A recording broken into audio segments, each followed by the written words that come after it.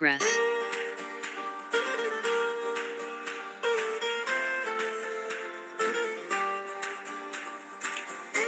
En direct sur l'île Mode.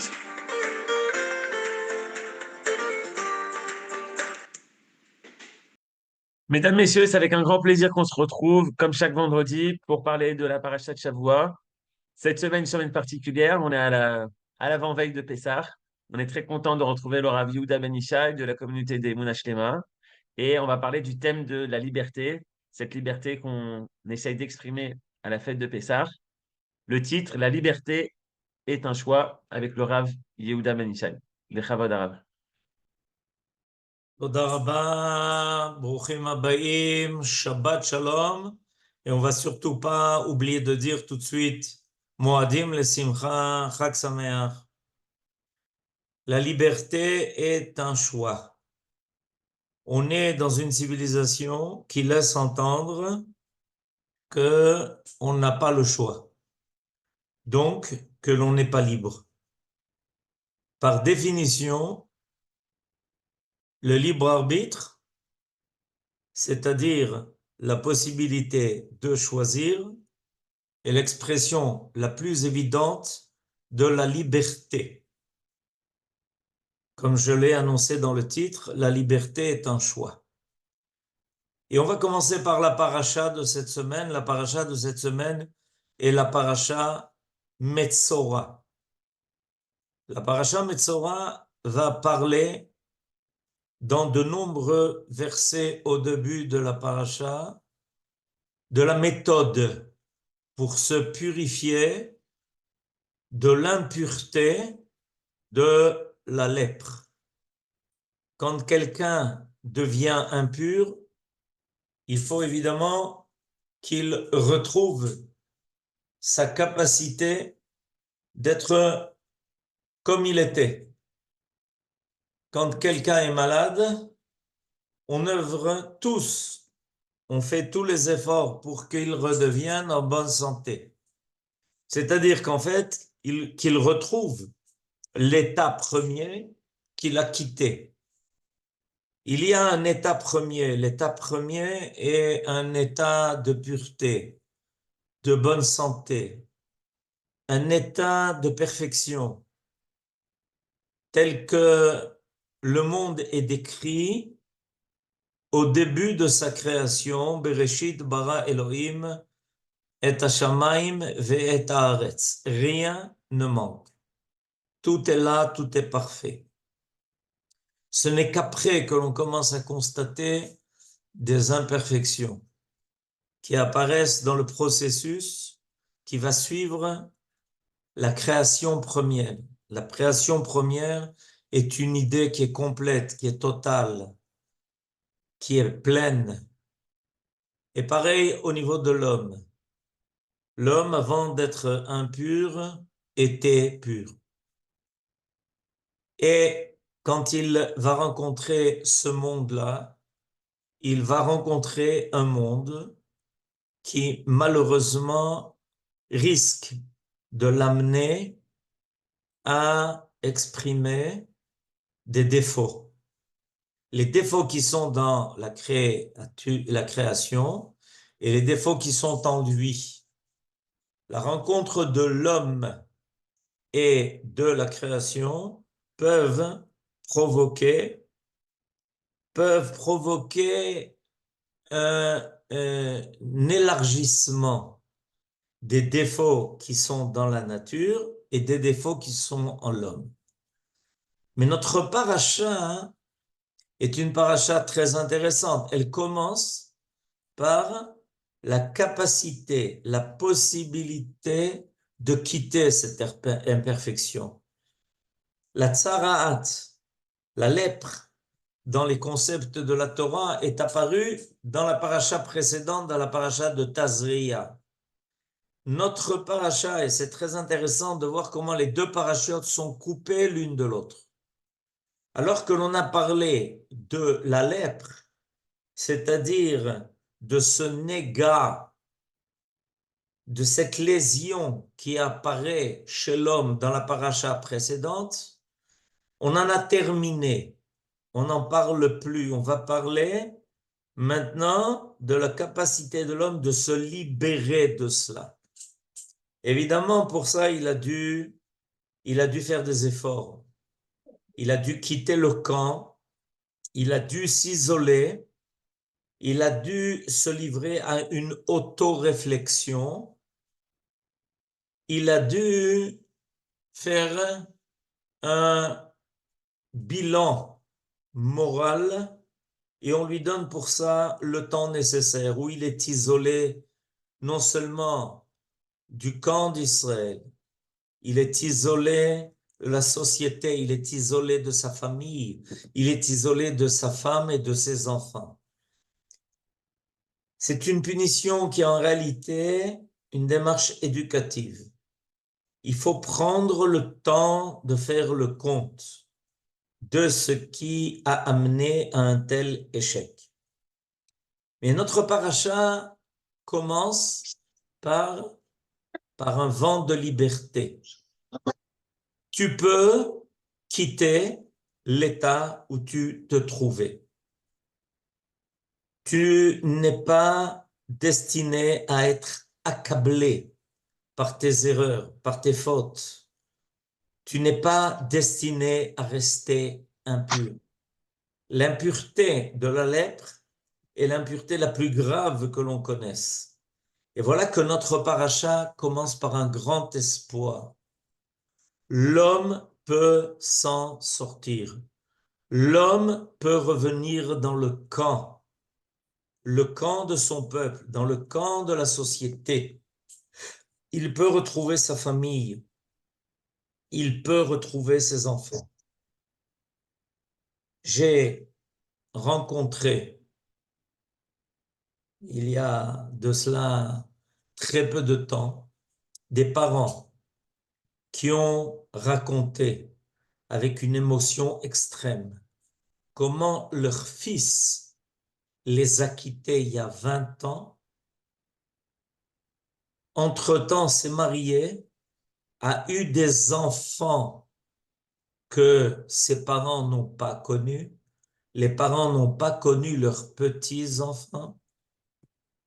Et voilà qu'un jour, ce fils téléphone à ses parents et il leur demande s'il peut venir les voir. 20 ans de silence. 20 ans loin de l'autre. 20 ans déconnectés l'un de l'autre. J'ai été moi-même très ému de cette histoire, surtout qu'elle m'a été racontée la veille de ce Shabbat Agadol. La Haftara de ce Shabbat n'est pas la Haftara de la Parasha. Elle est à la Haftara de Shabbat Agadol. Ve'eshiv lev avot al banim, ve'lev banim al avotam. Ses parents, ce fils, ont choisi d'être libres de toutes les colères, de tous les ressentiments, de toutes les raisons. Est-ce qu'elles étaient bonnes ou pas? On ne le sait pas. On sait simplement que le résultat a été triste. Ils se sont exilés l'un de l'autre. Et voilà qu'après 20 ans, l'exil se termine. Voilà qu'après 20 ans, le fils revient à ses parents.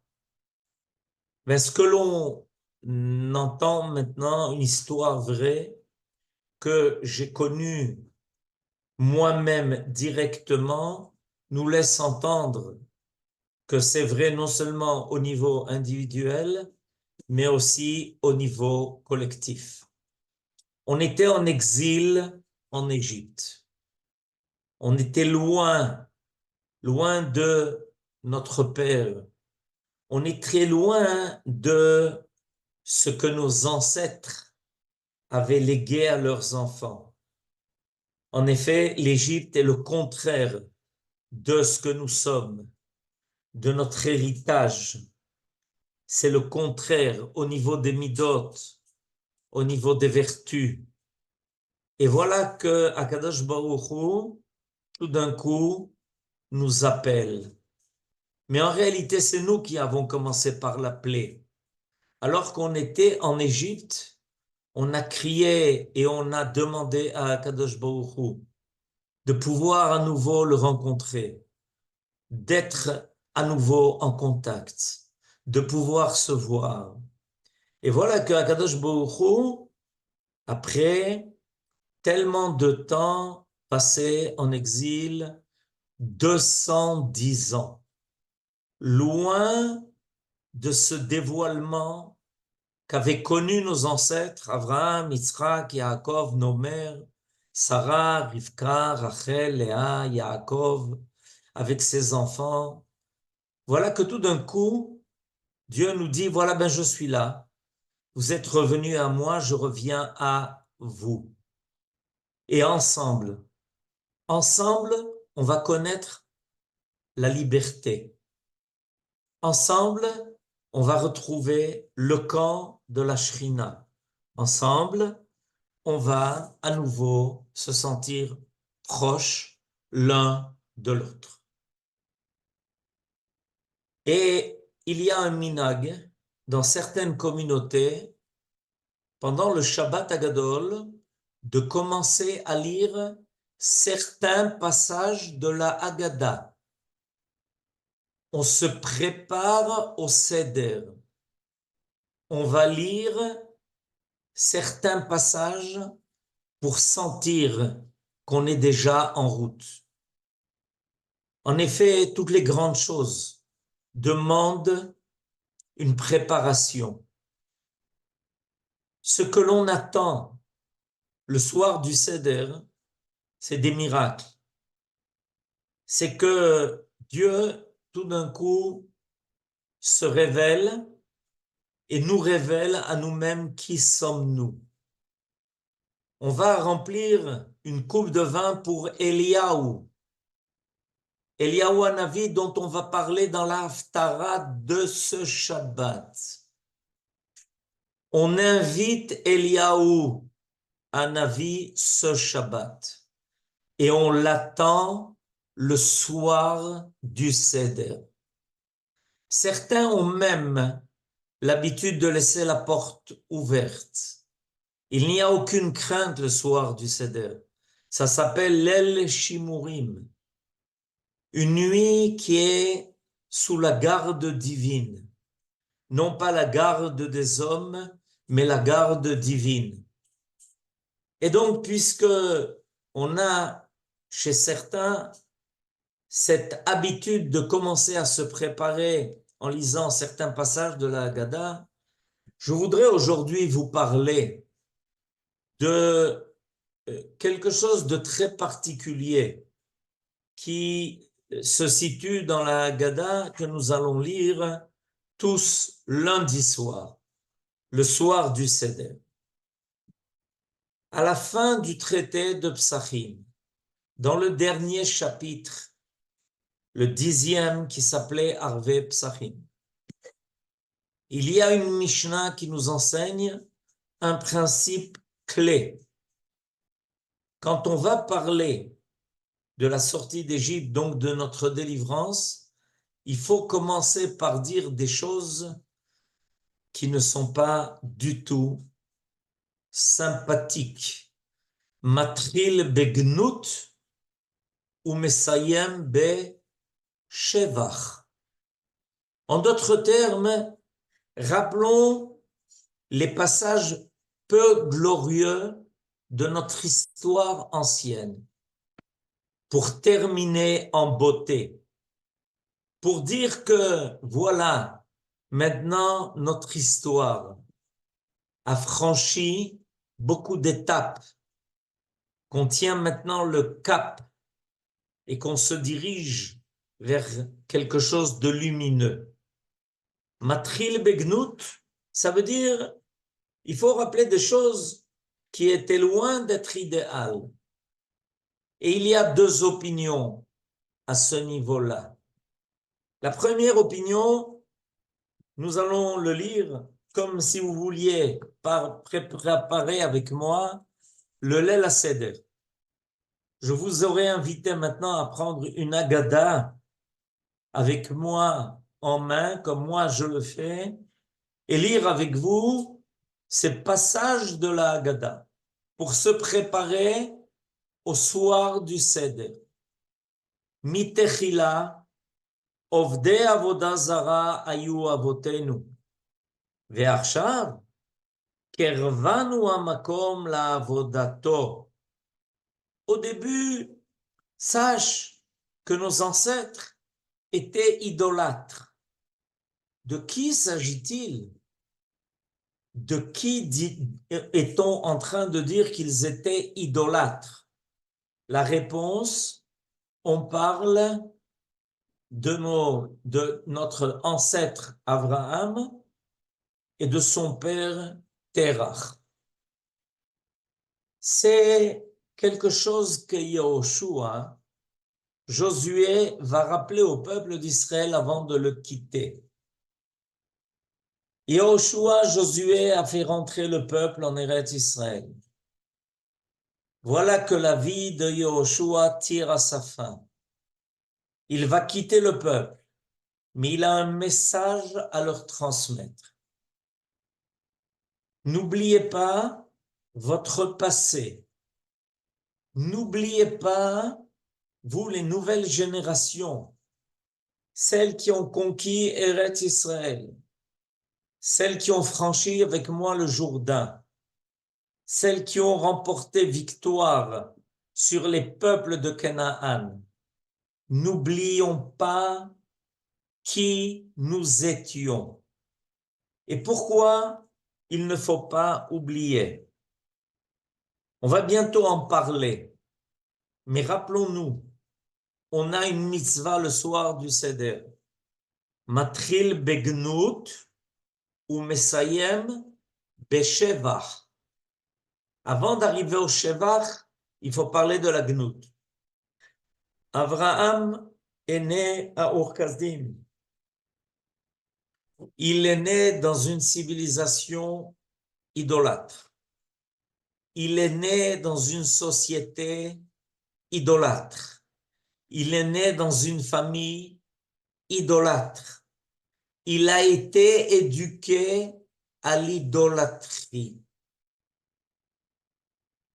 D'après ces données, Abraham ne pouvait qu'être idolâtre.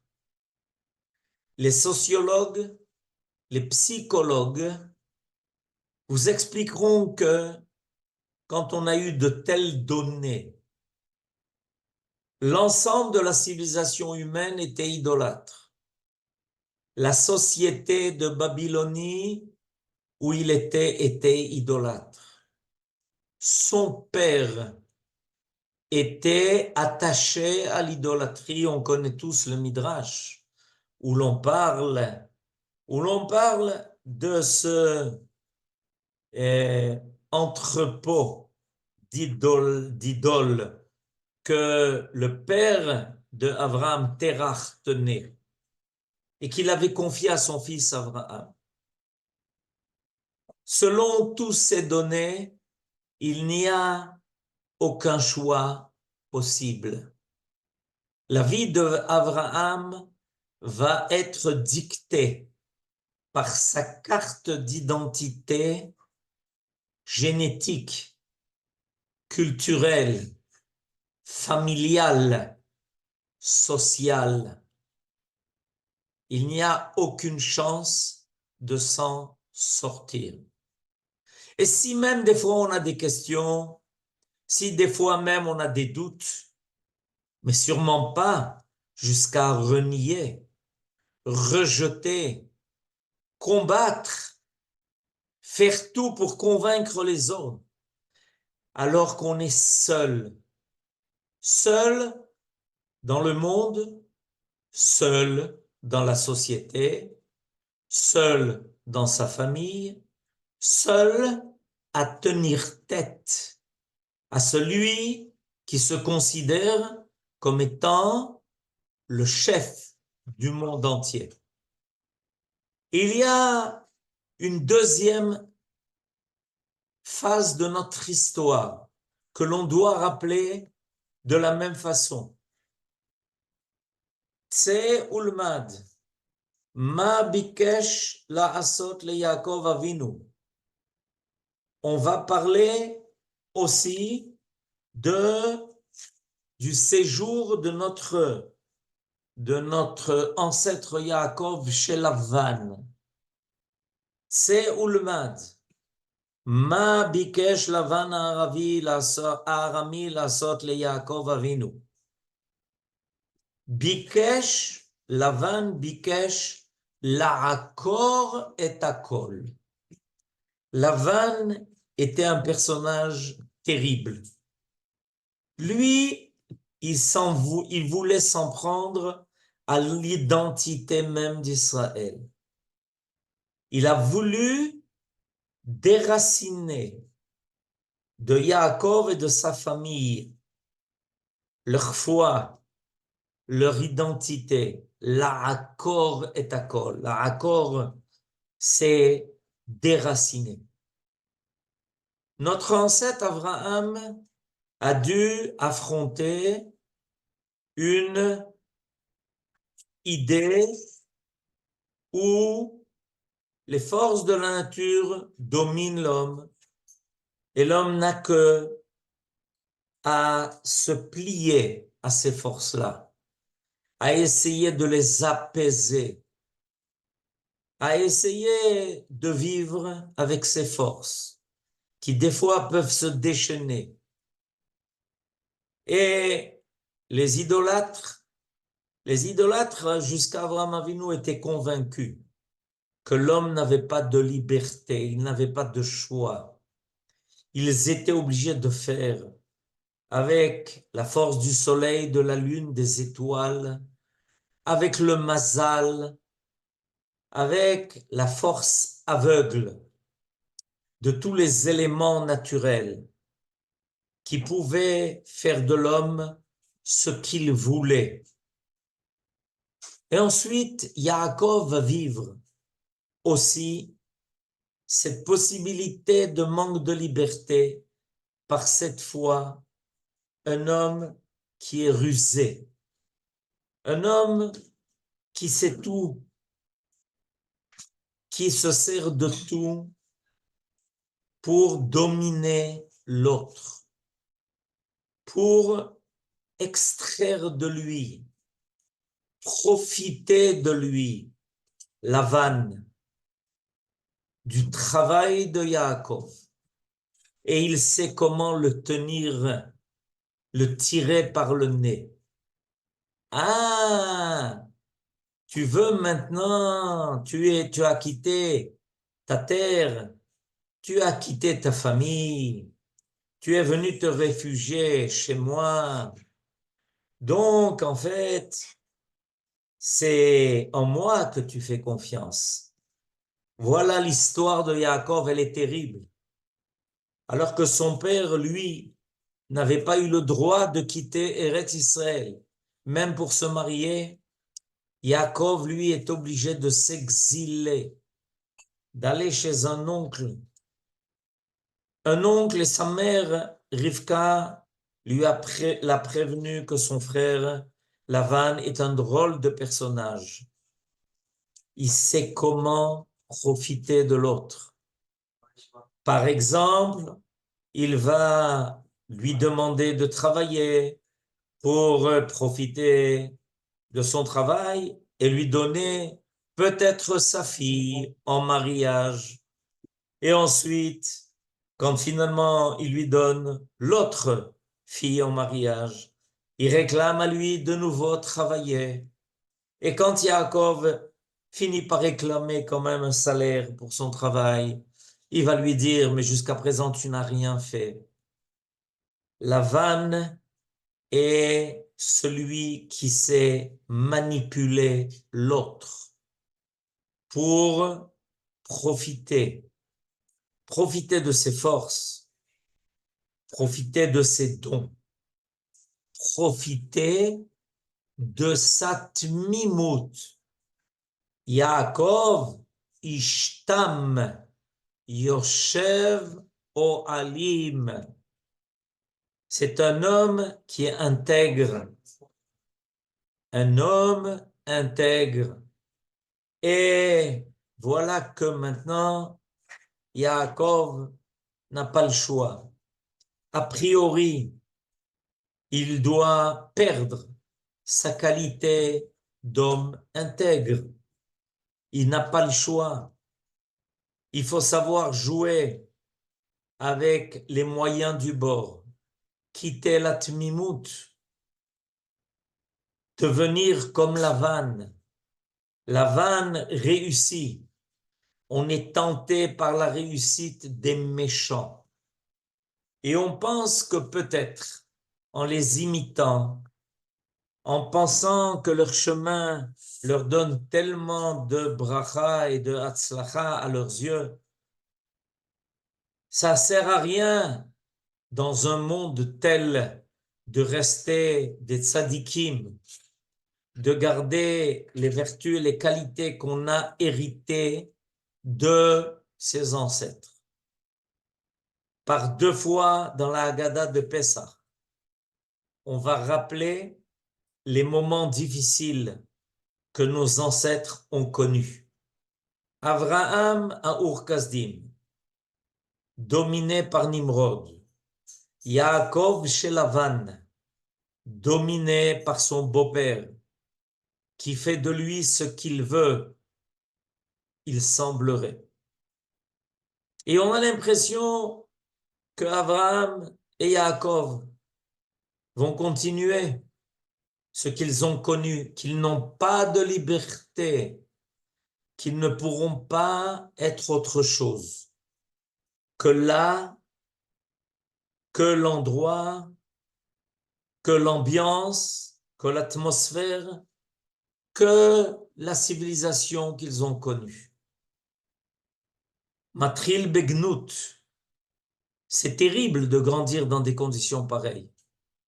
Est-ce qu'on peut s'en sortir? Mesayem Beshevach.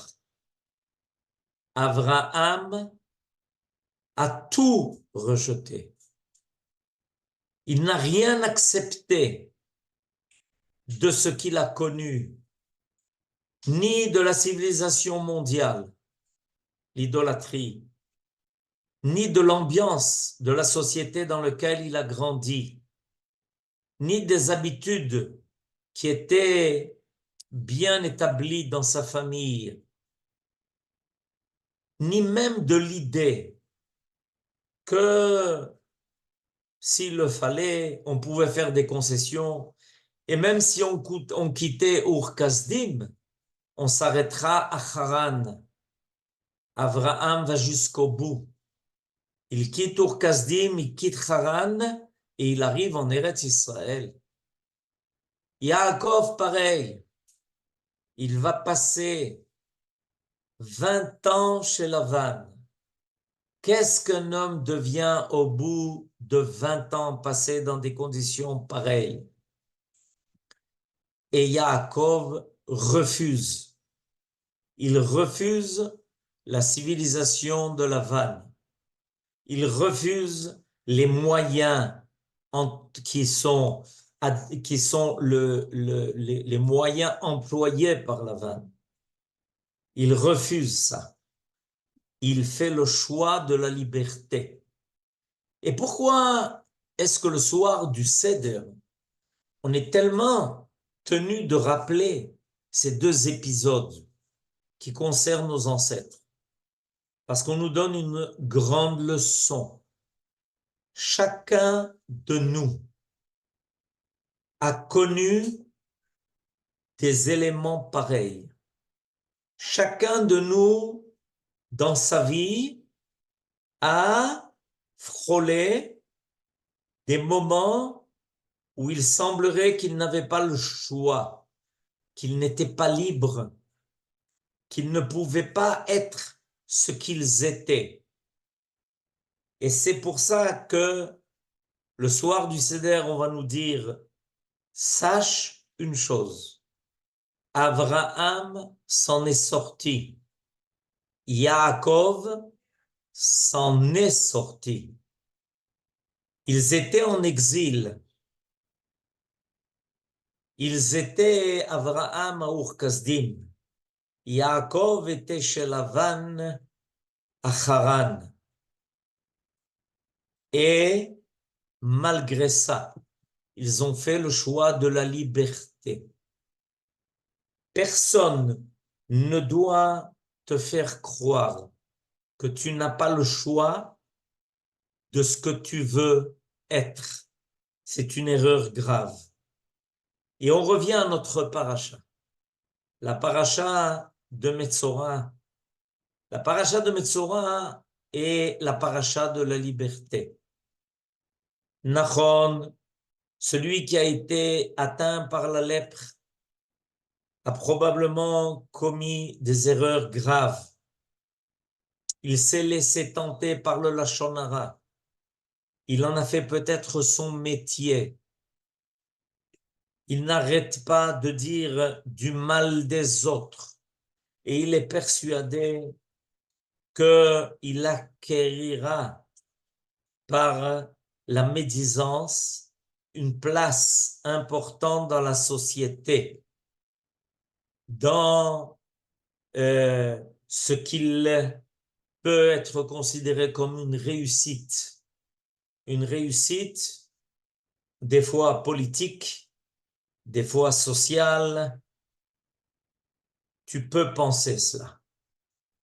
Et on vient dire au Metzora, au début de notre paracha, tu peux être libre, tu peux refuser d'entendre le mal que l'on veut te raconter, dont on veut te parler. Quitte la dépendance des autres pour devenir dépendant de celui qui t'a créé. Mais quand il t'a créé, il a créé aussi en toi la liberté. Se libérer de la dépendance des autres, c'est retrouver la dépendance du Créateur. Mais le Créateur est un bienfaiteur parce qu'il t'a fait un cadeau. Ce cadeau, c'est que quand il t'a créé, il t'a donné la possibilité d'être libre à son image. Si tu deviens dépendant de Dieu, tu deviens indépendant des hommes. Ça ne veut dire pas pour autant que tu seras isolé.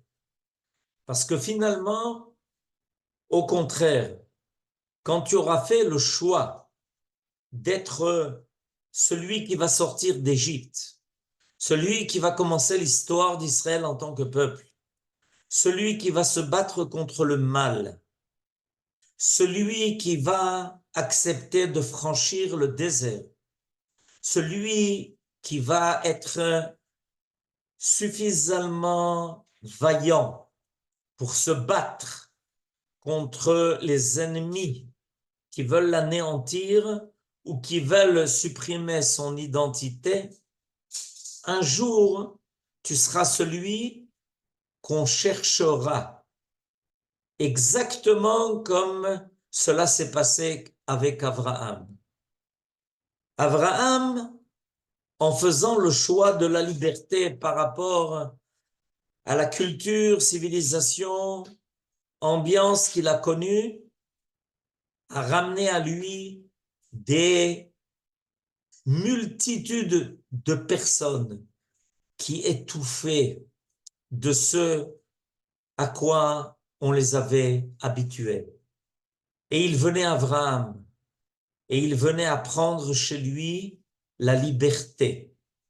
Yaakov, qui avait tenu tête à Lavan, qui finalement a quitté l'exil pour revenir dans le pays de ses ancêtres, lui aussi va être respecté. Il va devenir le personnage de sa génération, l'homme sage, celui en qui on peut avoir confiance. Et ça, c'est important pour nous aujourd'hui. Le peuple d'Israël, depuis la sortie d'Égypte, a pris le chemin de la liberté pour lui et le monde entier.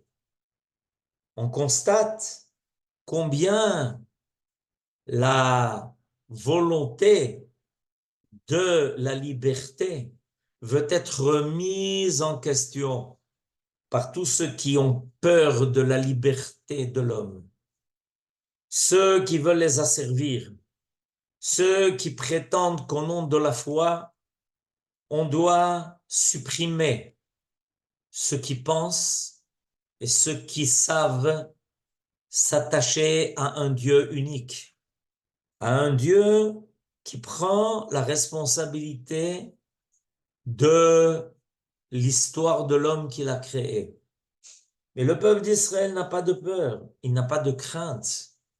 Il a appris de ses ancêtres la liberté. Le soir du Seder, on va montrer cette liberté.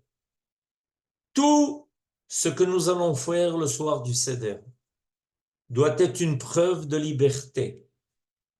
On se donne la liberté de parler de notre passé, de notre présent et de notre avenir, sans aucune crainte, sans avoir le moins de doute sur notre avenir qui n'est pas hypothéqué. On se donne la liberté d'accueillir Eliyahu Hanavi. On se donne la liberté de parler avec nous, nos enfants. Le Chacham, le Racha, le Tam et celui qui ne s'est même pas posé de questions. On se donne la liberté de boire et de manger en l'honneur de celui qui nous a sauvés, qui nous a protégés et qui continue de le faire comme on le sent, comme on le connaît, en ces jours-là, en ces heures-là, en ces minutes-là où je vous parle. Dieu nous protège, non pas comme on protège un petit enfant, mais il nous protège pour que nous fassions part de notre volonté de liberté face au monde entier, qui y a renoncé, a servi par malheureusement tous les moyens qui ont été mis en place pour empêcher les gens de vivre et de réfléchir. Et Bezrat Hashem, on va y arriver.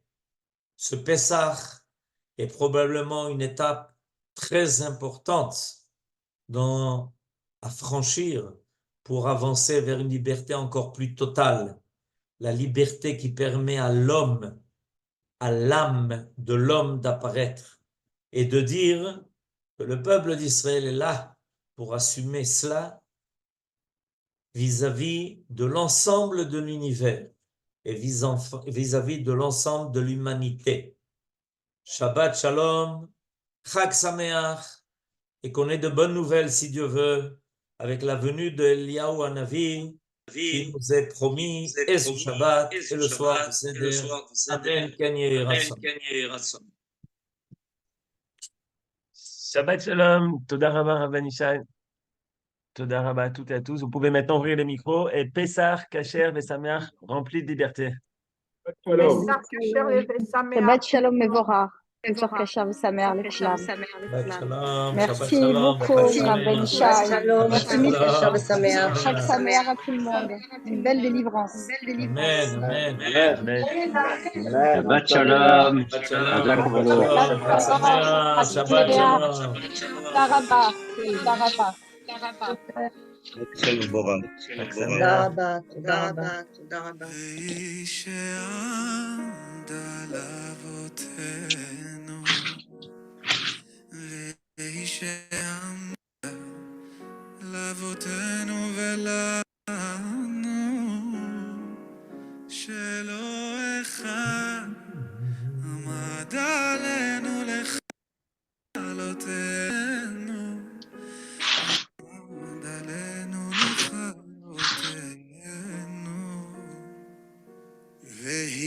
שעמדה לאבותינו, והיא שעמדה לאבותינו ולנו, שלא אחד בלבד עומד עלינו לכלותנו, עומד עלינו לכלותנו. והקדוש ברוך הוא מצילנו, מצילנו מידם. והקדוש ברוך הוא מצילנו, מצילנו